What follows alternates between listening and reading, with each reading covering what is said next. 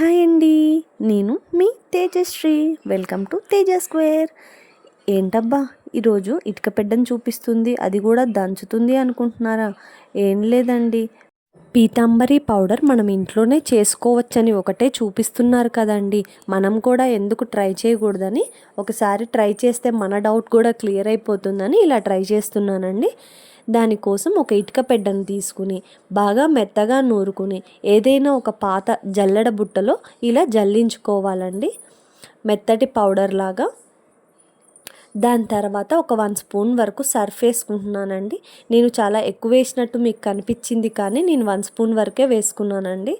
దాని తర్వాత eating soda వేసుకున్నాను ఒక 1/2 స్పూను. తర్వాత ఒక 2 స్పూన్ల వరకు నిమ్ముప్పు వేసుకుంటున్నాను. ఇప్పుడు నిమ్మకాయ చెక్కలండి, నేను చాలా చిన్న నిమ్మకాయలు తీసుకున్నాను, అందుకే ఒక 2 పిండుకుంటున్నాను.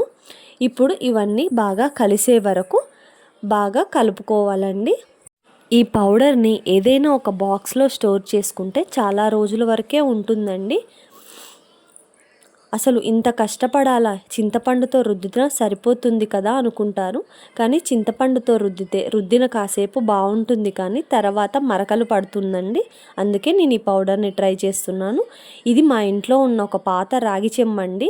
దాని మీద నేను కొంచెం ఇటుక పొడి ఇంకా కొంచెం వాటర్ అప్లై చేసుకుని రుద్దాను. చూస్తున్నారు కదండి లైవ్లో ఎంత నీట్గా చాలా క్లీన్గా పోతుందో. నేనేమి ఎక్కువ ప్రెజర్ కూడా పెట్టలేదు, జస్ట్ ఇలా వేస్తేనే మీకు చాలా క్లియర్గా తెలిసిపోతుంది.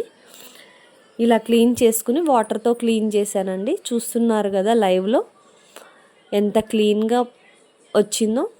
ఈ పౌడర్ అయితే నాకు సక్సెస్ అయ్యిందండి.